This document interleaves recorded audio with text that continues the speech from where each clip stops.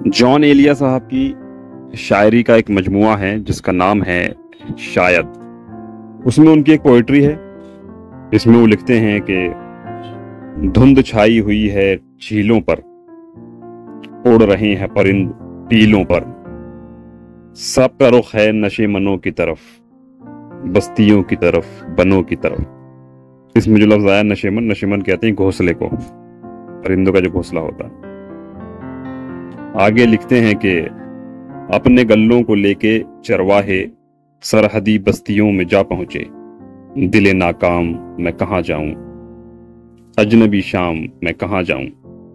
अब इसमें एक लफ्ज आया है गल्ला, जैसे कहा ना कि अपने गल्लों को लेके चरवाहे, तो गल्ला जो है जो चरवाहे के साथ जो जानवरों का झुंड होता है, जिसको रेवड़ भी कहते हैं, उसको गल्ला कहा जाता है। तो इस तरह से इस किताब में बहुत ही अच्छी शायरी है, बहुत अच्छी गज़लें हैं, नज़में हैं। अगर आपको मौका हो तो इसका मुताला ज़रूर करें।